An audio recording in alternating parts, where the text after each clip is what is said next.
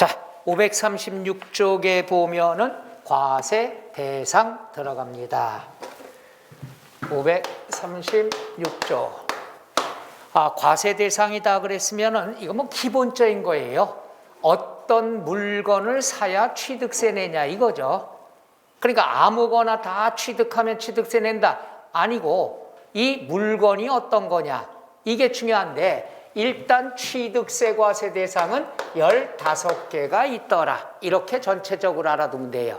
그래서 모든 조세에서 과세 대상을 일일이 다 모르더라도 전체적으로 몇 개냐 이것부터 출발하면 되죠. 그러면 과세 대상은 우리가 15개인데 교재를 보거나 이러면 부동산이라고 묶어서 나오면 14개가 되는 거고 토지, 건축물을 따로따로 쓰면 15개가 되는 거죠. 괜히 또 어떤 교재 보니까 부동산 돼 있고 그래서 저 보니까 14개더라 우기면 안 돼요. 합쳐서 부동산 그러면 14개, 토지 건축물을 따로 쓰면은 우리가 15개인데 시험엔 부동산이라고 공부하지 말고 물건이니까 물건별로 공부하면 되는데 얘는 이렇게 공부하면 돼요. 둘, 다섯, 셋, 다섯. 둘, 다섯, 셋, 다섯. 어떤 노래 제목인지 뭔지 모르겠지만 둘, 다섯, 셋, 다섯. 둘은 뭐냐? 토지, 건축물.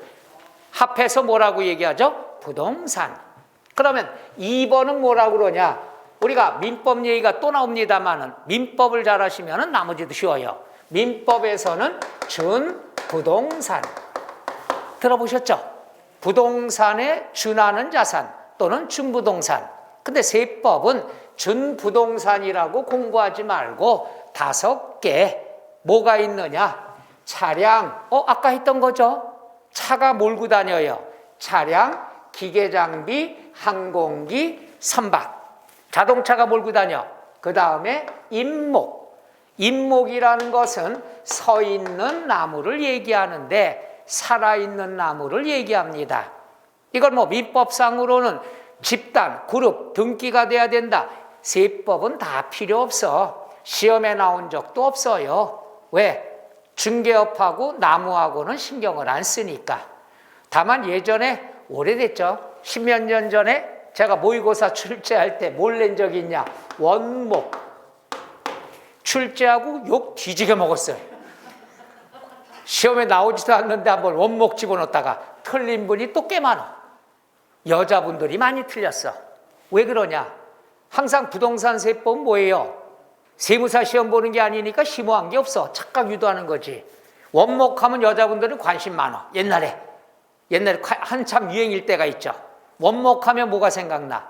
비싸다. 비싸다. 그러니까 세금 낼 것 같은 착각을 유도하는 거야. 임목을 많이 공부 안 했으니까 뭔 목은 들어봤는데 원목하니까 비싸니까 세금 내겠다. 여기에 넘어간 사람이 많죠. 그리고 출제한 사람 나는 대한민국에서 유일하게 출제했다가 욕 뒤지게 먹고 그 다음부터는 원목을 안 냈습니다. 한 번쯤 나올 수도 있는 거죠.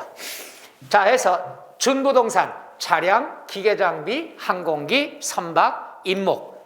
그 다음에 광어권, 어권, 양식어권. 제일로 얘가 중요한 거죠. 언제든지 쳐나올 수 있는 건 취득세, 과세 대상 중에서 난이도 제일 높은 게 이겁니다. 뭐냐 하면은 우리가 다른 과목에서도 세법에서도 권리는 되게 많이 배워.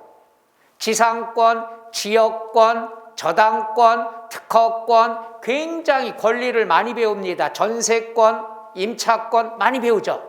그 많은 권리를 배웠는데 세법에서 취득세가 과세되는 권리는 3개뿐이 없다는 거. 뭐 광어권, 어권, 양식어권만 과세가 된다. 그러니까 시험엔 어떻게 나올까요? 박스 나오고 건축물, 토지, 광어권, 특허권, 지상권, 지역권 나올 수가 있다는 얘기죠. 그런 다음에 다음 중 취득세 과세 대상에 해당하는 건 몇 개인가 모두 이렇게 나올 수 있죠. 그럼 여기에 보면 지역권, 지상권, 전세권 다 들어는 봤어. 근데 취득세가 과세되는지 헷갈린다는 얘기죠. 그래서 많은 권리 중에서 취득세가 과세되는 것 몇 개만 꼭 알아둬라. 그렇죠. 광어권, 어권, 양식어권. 그리고 이 차량과 권리에 대해서는 요거죠. 출원, 원시취득이란 얘기죠.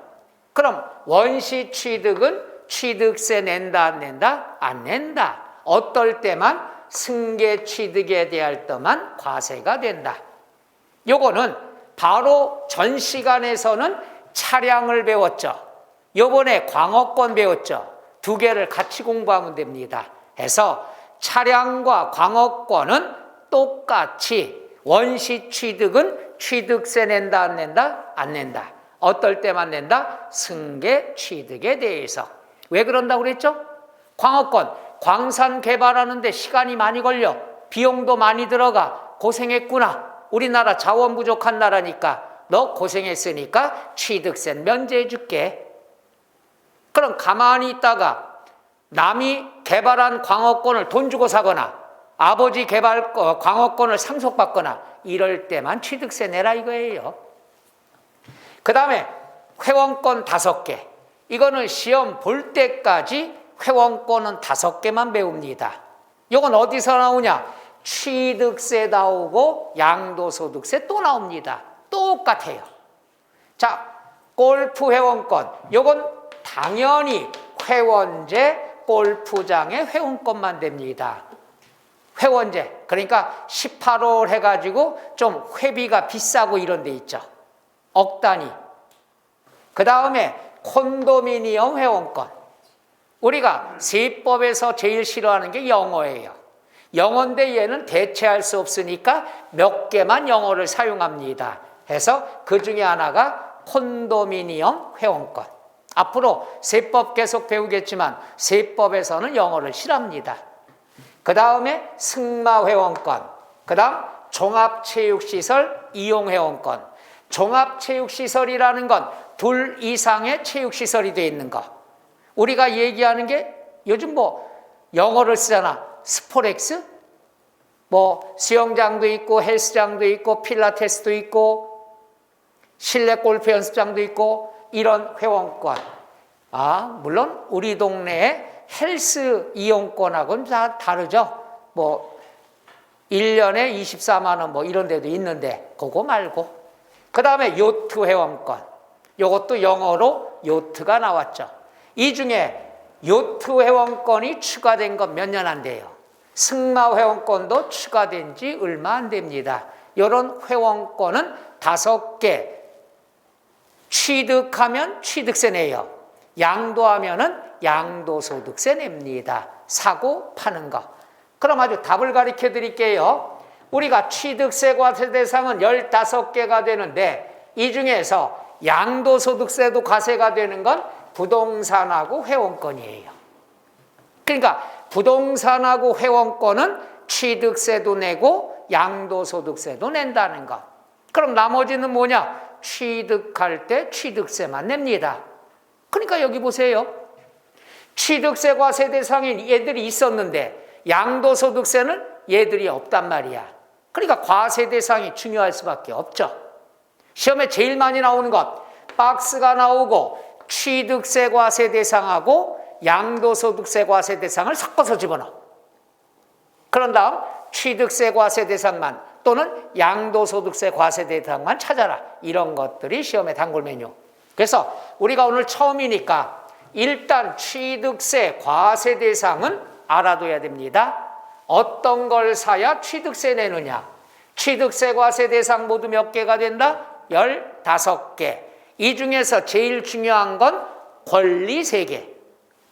광어권, 어권, 양식어권. 양식어권은 이게 추가된 지 몇 년 안 됩니다.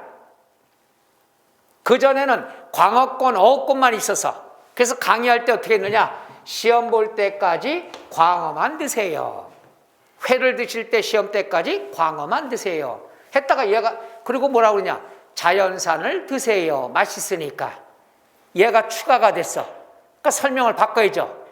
자연산 드시지 마세요. 양식 광어만 드세요. 이렇게 또 설명이 바꿔줘야 돼. 세법은 항상 개정되니까. 그래서 권리 많은 것 중에서 취득세가 과세가 되는 건 세 개뿐이 없다. 광어권, 어권, 양식어권. 그래서 여러분들이 시험 볼 때까지 횟집에 가실 때 꼭 무엇만 드셔라? 양식, 광어만 드셔라. 그리고 남한테 얻어 드시면 안 돼. 내가 돈 내야 돼. 내 양식 광어 드시고 돈 낼 때 이건 횟값이 아니야. 취득세다. 이렇게 유치하게 이해하시면 되지 않을까. 나중에 또 이제 과세 대상이 여러 개 또 나올 때가 있겠죠. 앞으로 나올 거 몇 년 뒤에 예측을 조심스럽게 하면은 뭐가 있을까? 드론이 아마 나올 것 같죠. 드론이라는 거 현재 취득세 과세가 안 됩니다. 해당이 안 돼요. 그런데 드론이 대세적이면 안 쓰이는 데가 없잖아. 그리고 가격도 비싸요. 그러니까 앞으로는 드론도 취득세 과세 대상에 들어가지 않겠느냐. 다만 이 드론을 갖다가 영어로 드론 이렇게 써야지 한글로 대체할 단어가 없다는 얘기죠.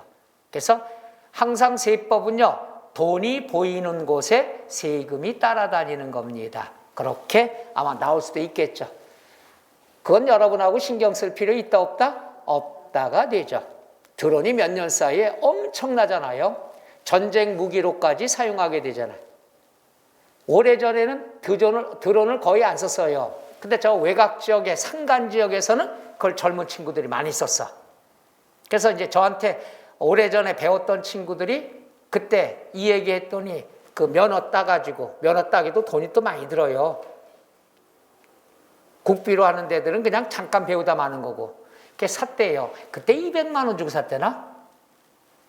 그 장단점이 있는데 장점은 편하다 이거야. 그냥 자기가 방문해서 핸드폰으로 찍는 게 아니라 드론 하니까는. 그러니까 고객 중에서 연세가 많아서 무릎하기 싫어서 거기 못 올라가. 그럼 이걸로 해서 띄워가지고 화면을 갖다 보여주는 거야. 고객 상담할 때. 그럼 단점은 뭐냐? 얘가 가다가 추락이 되면은 이거 찾는데 반 죽는데요. 대략 비슷한 곳은 아닌데 거기까지 올라가서 찾아야 되니까. 수리비는 뭐 별로 생각 안 한다 하더라도 2번 추락했었대요. 그럼 산속을 얼마나 헤맸겠어. 젊은 친구니까 됐겠죠. 지금은 설비도 좋아졌고 그 다음에 많이들 사용합니다. 이런 산간 지역의 임야, 야산 이런 데들은 드론을 지금도 많이 활용을 합니다. 추락만 안 하면 되는 거예요. 추락하면 골치 아픈 거고. 실제로 그렇게 활용해서 하는 사람들이 지금 공인중개사가 많습니다. 젊은 친구들이. 그 다음에 이제 536쪽의 4번 납세 의무자. 납세 의무자는요, 올해 출제될 가능성이 높습니다. 높습니다 했더니 올해 나왔어요. 따라서 이 납세 의무자, 취득세 납세 의무자는 내년에는 조금 소홀히 해도 되지 않겠느냐. 이렇게 간단히 합니다. 그럼 납세 의무자가 뭐냐? 세금을 납부할 의무를 가진 사람. 그럼 세금을 납부할 의무. 그럼 원칙이 뭐냐? 사실상의 취득자죠. 그런데 아까도 설명했어. 전 시간에 세법상 취득세 납세 의무자는 실질주의 과세입니다. 등기 등록 여부와 관계가 있다 없다? 없다. 그러니까 등기와 관계없이 사실상 취득하면 취득으로 본다는 얘기야. 아까도 우리가 전시가 끝날 때쯤 설명했죠. 등기 여부는 쳐다볼 거 없어. 사실상의 취득은 취득으로 본다. 끝. 이렇게만 하시면 되죠. 그 다음에 차량, 그 다음에 기계장비, 항공기, 주문을 받아 건조하는 선박, 얘들은 다 공부할 필요 없어. 차가 끌고 다니니까 차량만 공부하면 돼.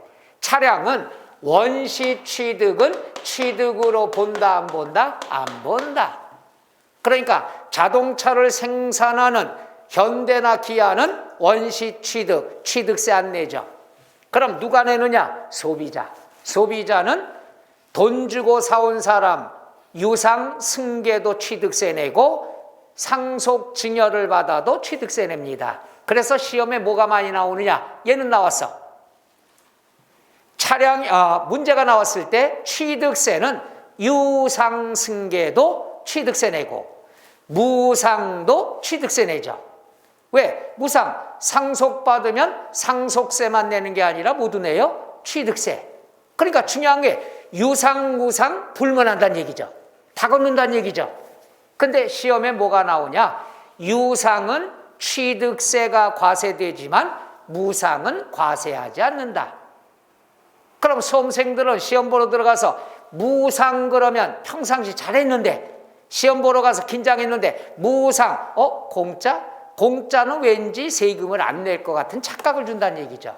유상, 무상 다 과세가 됩니다. 그런 게 시험 문제예요. 시험 보러 가면 긴장하니까. 또 모든 문제는 시험은 어려운 문제가 나올 거다. 선입감 때문에 들어가서 쉬운 것도 틀리는 거야. 안 보이고. 특히 성격이 내성적인 분들은 많이 걸려요. 와일드한 사람도 많이 틀려요. 와일드는 덜렁거려서. 그 다음에 내성적인 사람은 쫄려가지고 읽다가 시간 모질라서 많이 틀리고. 그냥 평범해야 되는 거예요. 평범. 자, 해서 요거랑 또 아까 배웠죠. 광어권, 어권, 양식어권도 똑같이 적용한다고 그랬죠. 그 다음에 바로 요게 나왔어요. 작년 시험에. 지문이 상당히 길죠. 작년 시험이래. 올해인데 자꾸 작년이라고 그러네. 요게 나왔어요. 똑같이 나왔어요. 주체구조부 취득자. 그래서 수험생들이 보고 나서 주체구조부는 무조건 눈에 보이더래. 이게 뭐냐면은 조작설비, 부대설비예요.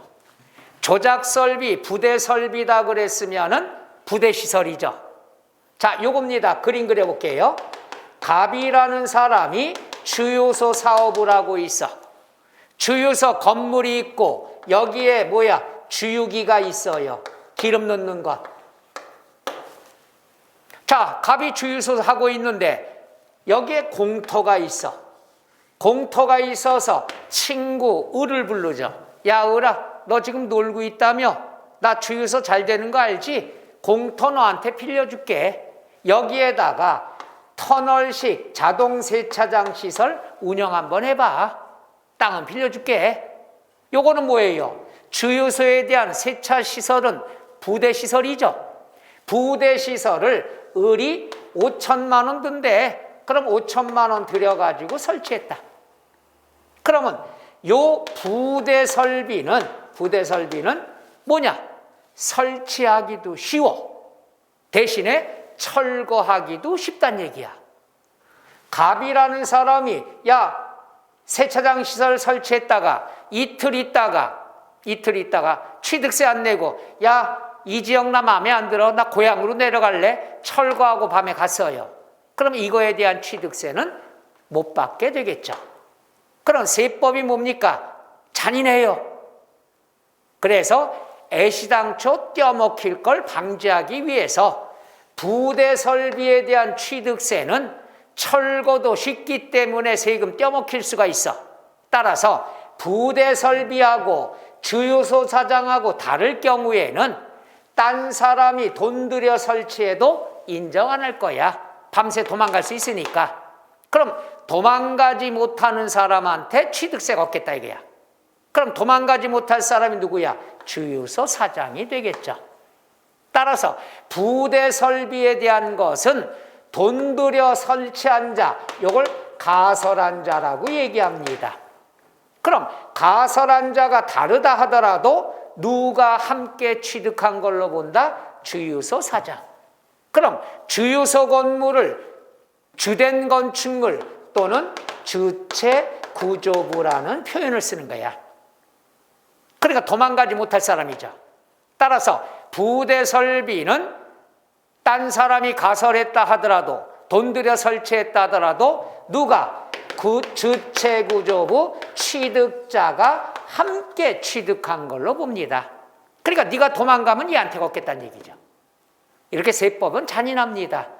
우리가 개강날 두 번째 주인가요? 납세 의무자 배웠죠. 네가 도망가면 너랑 관계 있는 사람한테 걷겠다. 제2차 납세 의무자 보증인 배웠잖아. 이것도 똑같은 거야. 떼어먹힐 걸 대비해서 도망가지 못하는 사람한테 걷겠다 이거죠. 이 사람을 뭐라고 그런다? 주체구조부 취득자. 그럼 여기 볼게요. 지문이 길잖아.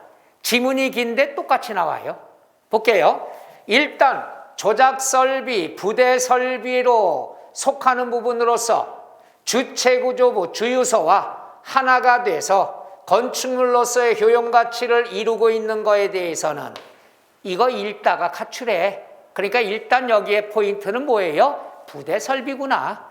부대설비는 그 다음부터가 이게 시험의 포인트야. 주체구조부 취득자 이외의자가 가설한 경우에도 이 말이 나와. 그러니까 주유소 사장이 아닌 사람이 설치한 경우에도 누가? 주체구조부 취득자가 함께 취득한 걸로 본다. 요 지문 요거가 포인트죠. 그래서 얘는 항상 뜻은 이해가시나? 그러니까 부대설비는 왜 이게 나왔냐? 부대설비는 설치하기도 쉽지만 철거하기도 쉽다. 밤새 도망갈 수도 있으니까 도망가지 못하는 사람한테 걷겠다는 뜻이죠. 그럼 얘가 시험에 나올 땐 어떻게 나오느냐? 두 가지가 나와요. 첫째, 부대설비가 나왔다. 그러면 가설한 자가 우리가 문제 풀 때 어떻게 한다고 그랬죠? 맨 뒤에 반전이 있는 거야. 너냐 남이냐, 보냐 보지 않느냐.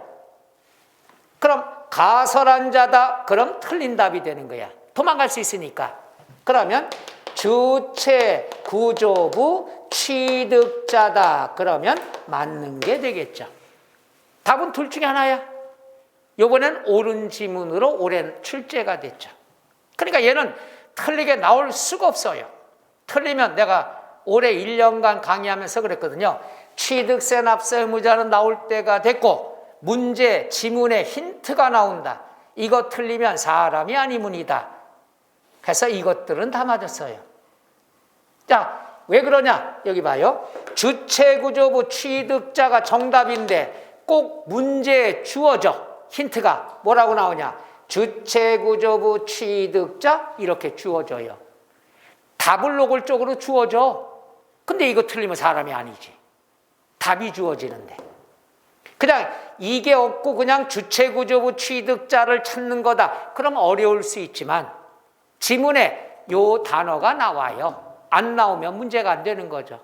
1년 내내 배웠어요. 나중에 아주 그냥 귀에 딱지가 앉을 정도로. 그랬던 게 나오니까 가벼운 마음으로 왼손으로 체크해도 되는 거죠. 그래서 주체구조부 취득자. 그 다음부터 취득세 납세 의무자는요 항상 힌트가 다 나옵니다. 지문에. 자, 정리할게요. 부대설비가 나왔다. 그러면 도망갈 수 있겠구나. 그럼 도망 못 가는 사람한테 걷자. 주체구조부 취득자. 그 다음에 뭐냐? 이게 나와요. 종류를 변경하거나 지목을 변경한다. 지목 변경? 종류 변경? 아까 배웠는데 어디서 배웠느냐? 간주취득. 변경을 하면 가액이 어떻게 된다? 증가한다 그랬잖아. 그럼 변경을 해서 가액이 증가가 됐다? 그럼 가액이 증가되면 증가, 취득으로 본다 안 본다? 본다. 이게 시험의 단골 메뉴죠. 여기 봐요. 변경 다음에 취득으로 본다, 취득으로 보지 않는다. 이게 시험에 자주 나오는 거였었죠.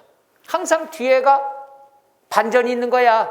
앞에 변경 나오고 뒤에 취득으로 본다. 그럼 맞는 거고 취득으로 보지 아니한다. 그럼 틀린 거란 얘기야. 근데 재밌는 건 중간에 힌트를 노골적으로 증가 이렇게 줘요. 그럼 우리가 취득세에선 항상 재산이 어떻게 된 거다? 증가된 거다. 그럼 증가됐으면 누가 취득세 내야 되느냐? 답이 나오죠. 변경 시점의 소유자. 그럼 여기서 힌트가 나오잖아. 변경. 그럼 변경을 했으면 누가 취득세 내는 거냐? 변경 시점의 소유자가 누구냐 이거죠. 예를 들어서 보세요. 갑이라는 사람이 땅이 있는데 1억짜리야. 이것이 20억이 됐어. 그럼 19억이 증가가 됐죠. 증가된 건 취득으로 본다고 그랬죠. 그럼 누가 이득 보는 거야? 갑이잖아. 한 사람뿐이 없잖아. 그럼 누가 취득세 내야 돼? 소유자가 누구야? 갑이 되죠. 그럼 값을 뭐라 그러냐? 변경 시점의 소유자. 그러니까 문제에서 변경이 나오면은 변경 시점의 소유자. 이렇게 힌트가 나와, 세법은. 그 다음에 5번 나왔네요. 과점주주. 과점주주다 그랬으면 무조건 50% 초과 소유한 사람이에요. 여기서 하나 선을 긋죠. 우리가 50%까지는 절대로 과점주주라는 말을 못 써. 그러니까 문제에서 힌트를 노골적으로 주는 게 뭐냐? 과점주주라는 말이 주어져. 그럼 과점주주라는 이름을 쓸 수 있다는 건 50% 초과했다는 얘기야. 그럼 초과했으면 당연히 누가 납세 의무자가 된다? 과점주주가 된다는 얘기죠. 용어 이해 가요? 그러니까 과점주주가 단어봐. 과점주주다. 그럼 과점주주면 자격이 있다는 얘기야. 그럼 당연히 납세 의무자는 과점주주가 되는 거죠. 노골적으로 답이 나옵니다. 자, 그 다음 나와 있는 것. 여기 나왔죠. 이게 여기로 왔어요. 아까 설명해야 되는데 설명 다 했는데. 자, 그 다음에 수입. 여기도 아주 친절히 나와. 외국인 소유의 취득세, 과세대상 물건 다 필요 없어. 직접 사용하거나 대여하기 위해서 다 필요 없어. 포인트는 수입이야. 그럼 외국의 걸 수입하면은 누가 취득세 내야 된다? 수입하는 자. 여기 보세요. 변경 시점의 소유자. 수입하는 자. 단어 찾는 걸 1년 내내 연습한 거예요. 그 다음에 여기 보죠. 여기도 힌트. 상속이 나왔다 그러면 누가 상속받으면 세금 몇 번 내야 된다고 그랬죠? 2번. 상속세도 내야 되고 취득세도 내야 되겠죠. 그럼 상속세나 취득세는 누가 내야 돼? 받는 사람이. 상속을 받는 사람을 뭐라 그런다? 죄송합니다. 상속을 받는 사람을 상속인이라 하죠. 상속인이 여러 명이면은 각자가 되는 거죠. 그래서 우리가 아버지가 돌아가셨어. 1남이, 2남이, 3순위가 있는데 1남이가 아파트 받았다. 그럼 1남이가 상속인이 되겠죠. 그러면 아파트에 대한 건 상속세도 얘가 내고 취득세도 얘가 낸다. 각자가 되겠죠. 그 다음에 이럴 때가 있죠. 아버지 재산이 있는데 1남이, 2남이, 3순위 상가 건물이 있는데 이걸 공동상속을 받을 때가 있죠. 그죠? 여기서 한 가지 힌트.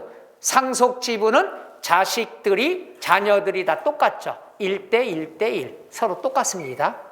그럼 공동상속을 받았을 때는 한 사람, 여러 사람? 여러 사람. 세법에서 여러 사람이면 항상 연대 납세 의무라고 얘기합니다. 이건 지난주에 배웠죠. 여러 명이 동일한 납세 의무를 짓는 걸 연대 납세 의무. 그래서 배울 때 연대 납세 의무는 한 사람이다, 여러 사람이다? 여러 사람이 되는 거죠. 항상 세법상의 여러 사람은 연대 납세 의무가 있다, 없다? 있다. 그럼 여러 사람 연대 납세 의무는 일단 이거 보죠. 뭐가 있냐? 상속. 여러 사람이니까. 그 다음 하나 더 알아두세요. 과점주주. 과점주주는 한 사람, 여러 사람? 가족 여러 명이라고 그랬죠. 회장님, 사모님, 아드님, 따님. 그러니까 여러 사람이야. 여러 사람이면은 뭐가 있다? 연대 납세 의무가 있다는 것. 간단히 알아둘 때 세법에서 여러 사람이면 다 무슨 의무가 있다? 연대 납세 의무가 있다. 여러 사람이면. 요게 이해가 안 가면 오늘 여러 명이서 점심 드시러 가세요. 세 분이서 갑, 을, 병 세 분이서 식당을 가요. 그것도 소고기집을 가. 좋죠? 생각만 해도. 자, 100만 원 나왔어. 식대가. 그럼 100만 원 몇 사람이 먹은 거예요? 세 사람. 그럼 각각이 100만 원 동일한 납세 의무가 있다고 그랬죠. 지난주에 배운 내용입니다. 연대 납세 의무는 여러 사람은 동일한 납세 의무를 짓는데 이 중에 한 사람이라도 납부하게 되면 나머지 사람은 의무가 있다 없다? 없다. 그러니까 세 사람이 소고기집에 가서 100만 원 나왔으면 갑이 야, 나 오늘 퇴직금 받은 거 있으니까 일단 내가 쏘고 식당 나가자. 나간 다음에 우리가 n분의 1 계산하자. 이게 연대 납세 의무. 동일한 납세 의무가 있다가 이 중에 한 사람이라도 납부하게 되면은 나머지 사람의 의무는 어떻게 된다? 소멸, 없어지게 된다. 그럼 여러 사람의 연대 납세 의무는 상속과 과점주주를 알아두시면 된다는 것. 그 다음에 뭐가 있냐? 자, 조합이 나오는데 조합. 주택조합이 취득을 했어요. 부동산을.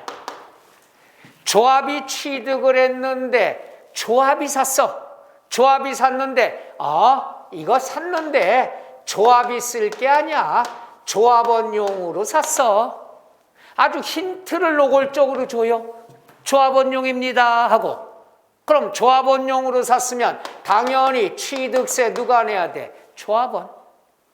얼마나 쉬워. 변경 시점의 소유자, 수입하는 자, 상속인, 그 다음에 조합원용, 조합원.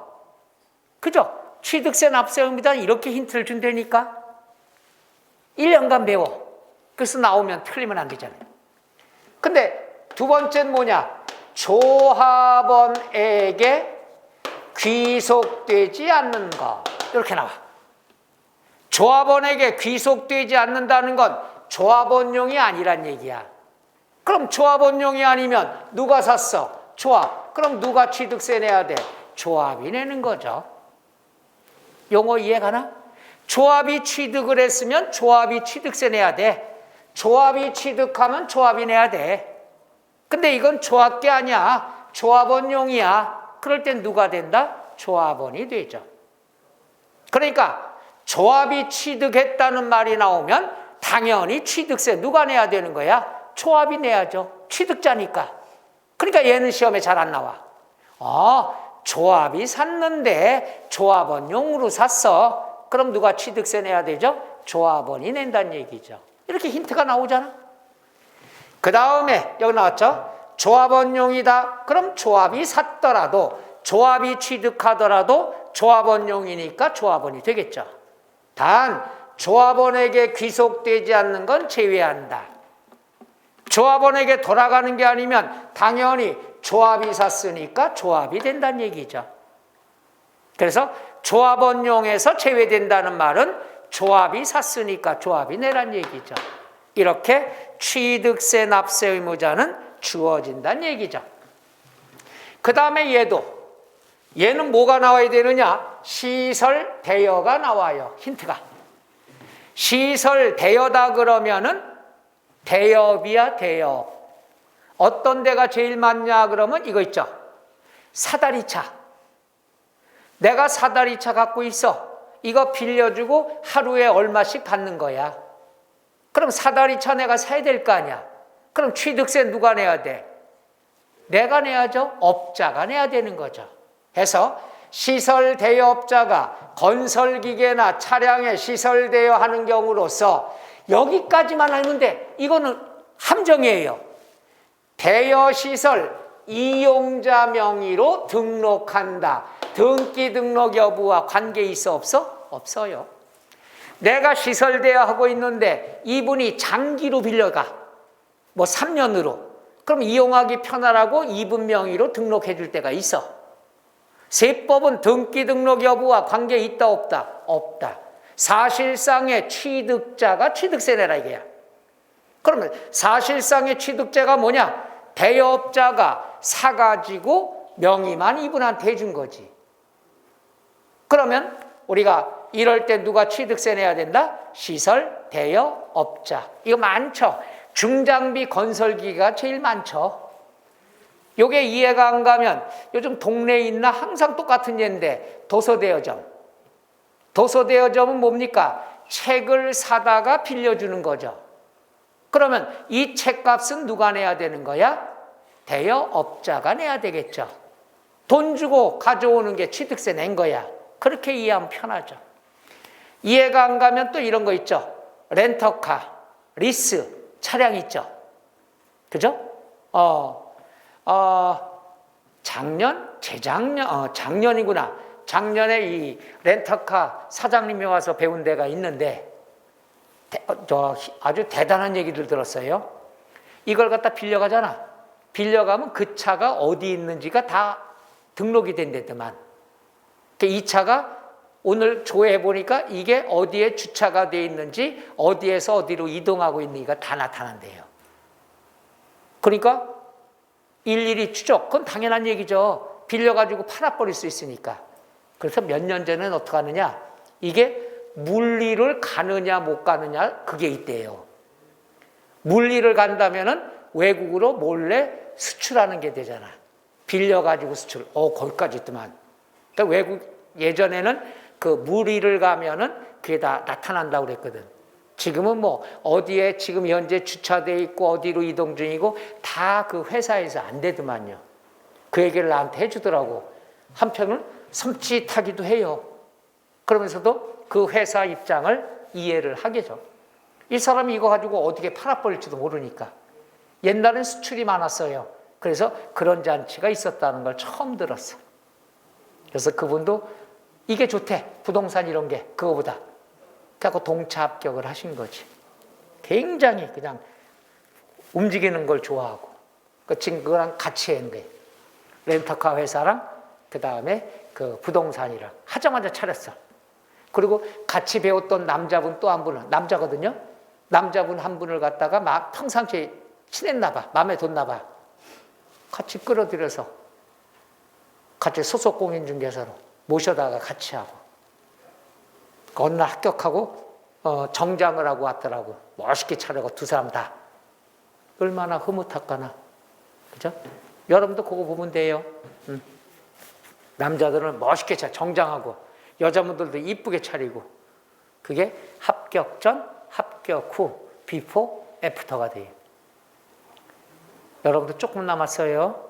금방 지나갑니다. 지금 오늘 추워요, 더워요? 춥죠? 이제 더워져. 그 다음에 추워지면 시험 보러 가는 게 금방 생각하면 됩니다. 자, 그 다음에 여기 나왔어요. 그 다음 뭐가 있느냐? 취득대금을 지급하는 자다 그러면 우리가 아는 게 어떤 게 있냐? 얘랑 같이 생각하면 되는 거야. 시설대업자랑 똑같아요. 거의 같다. 이건 어떠냐? 리스 차량 있죠? 또는 공 아니면 지입차. 지입차는 뭡니까? 내가 이것도 마찬가지예요. 기계장비나 차량을 내가 사. 내가 산 다음에 나 혼자선 영업하기가 힘들어.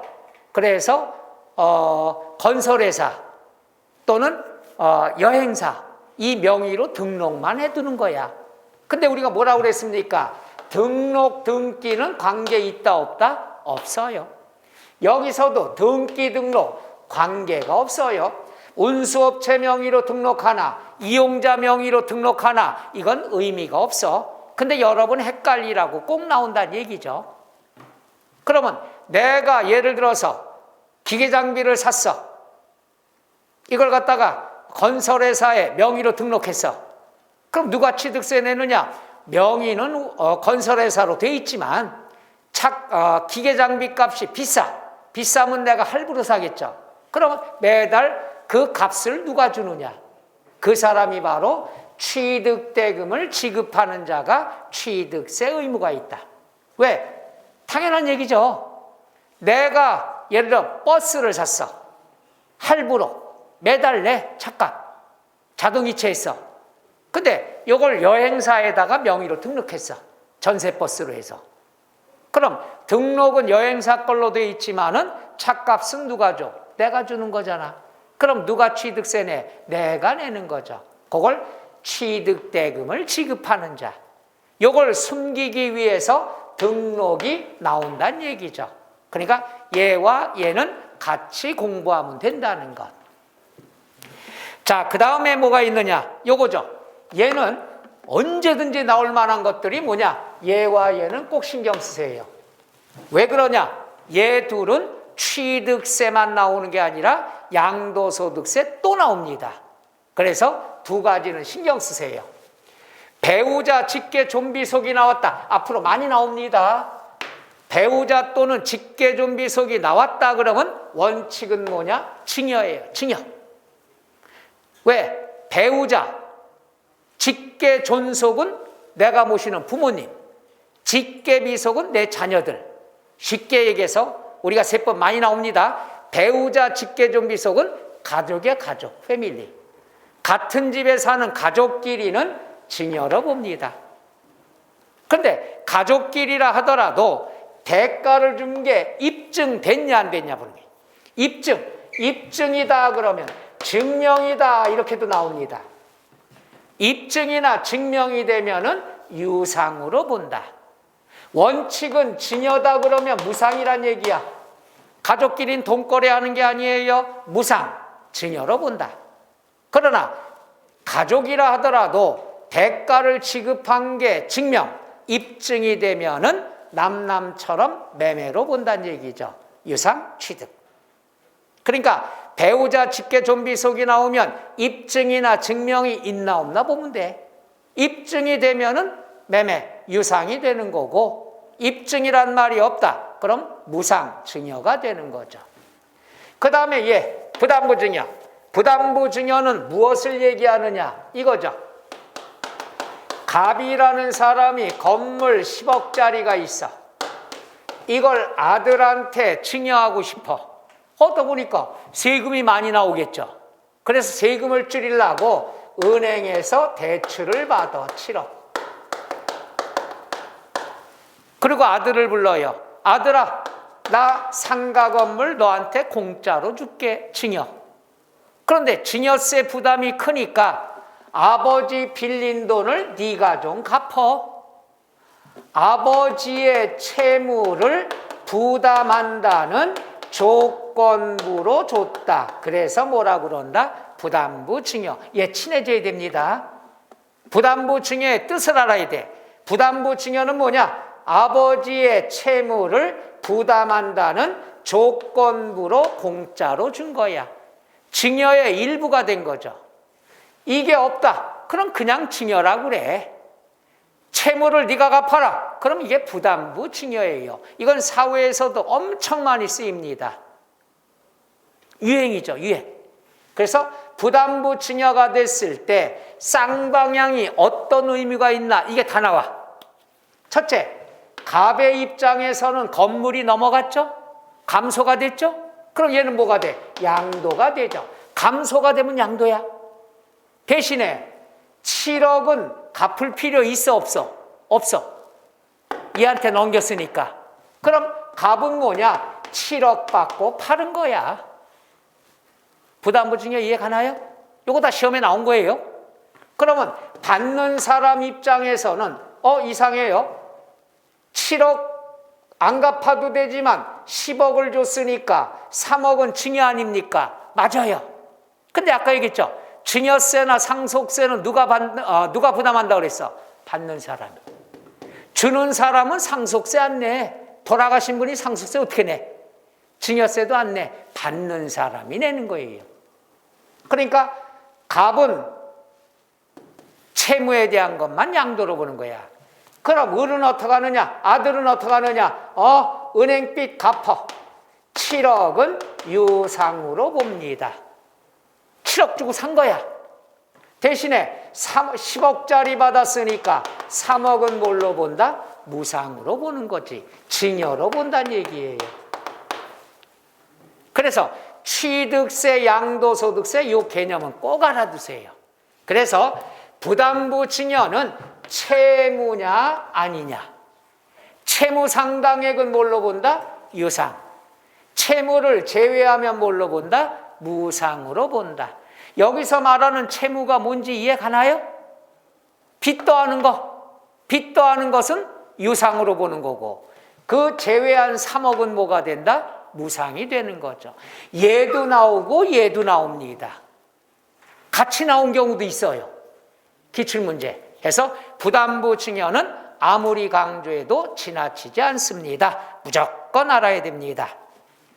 그 다음에 13번 신탁재산, 얘는 재산세에서 또 나옵니다. 똑같아.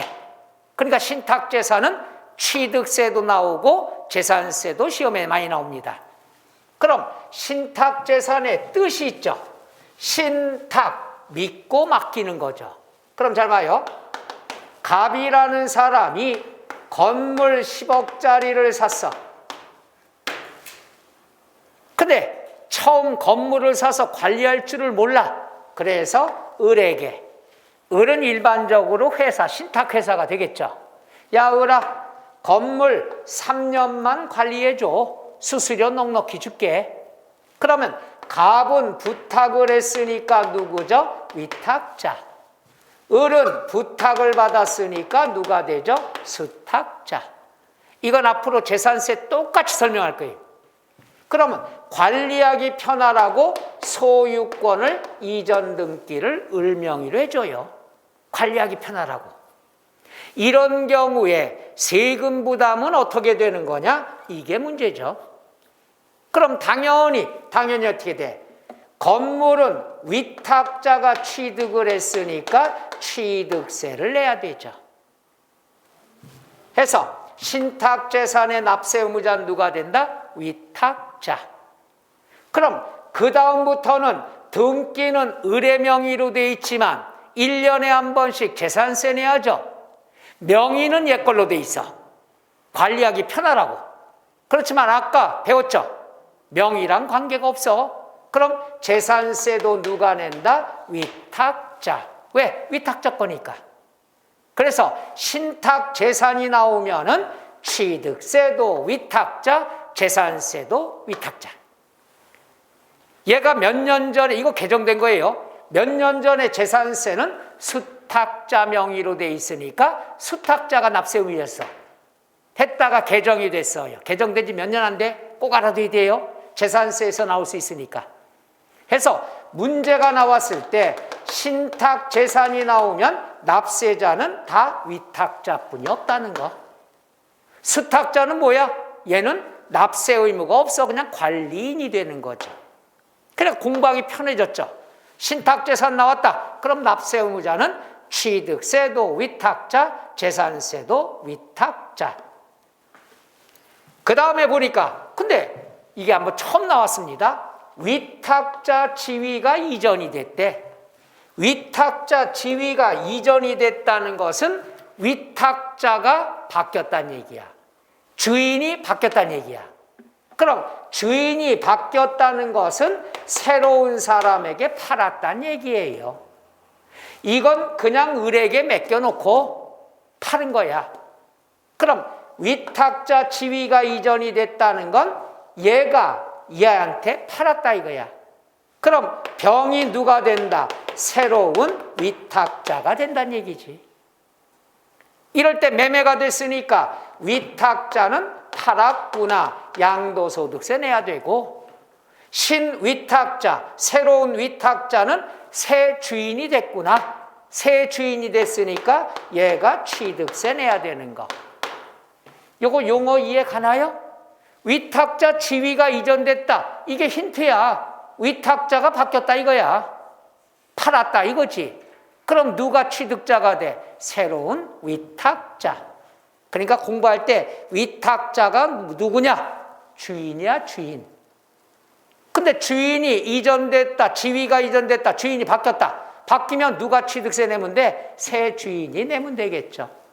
아주 지문에 힌트가 나온다니까. 안 나오다가 처음 나왔거든, 몇 년 전에.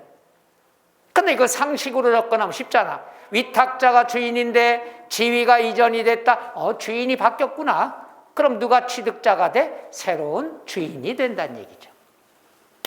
그 다음에 양과로 14번이 나왔는데 얘도 안 나오다가 이제 처음 나온 얘기인데 지문이 긴데 결론은 간단합니다. 간단하게 볼게. 이거예요. 정원, 부속시설, 정원만 공부해도 되는데 두 가지를 해줄게요. 여기 봐요. 갑이라는 사람이 땅을 갖고 있어. 땅이 밋밋해. 허전해. 그래서 여기에다가 정원시설이라든가 어떠한 조형물 있잖아. 뭐 사람을 갖다가 크게 만들었는데 쇠로 이렇게 만들어서 세워놓는다든가 이런 걸로 했을 경우에 그만큼 밋밋한 토지가 좋아졌죠. 그럼 토지의 가격이 올라가죠. 누가 이득을 봐? 증가가 되잖아. 가치가. 누가 증가돼?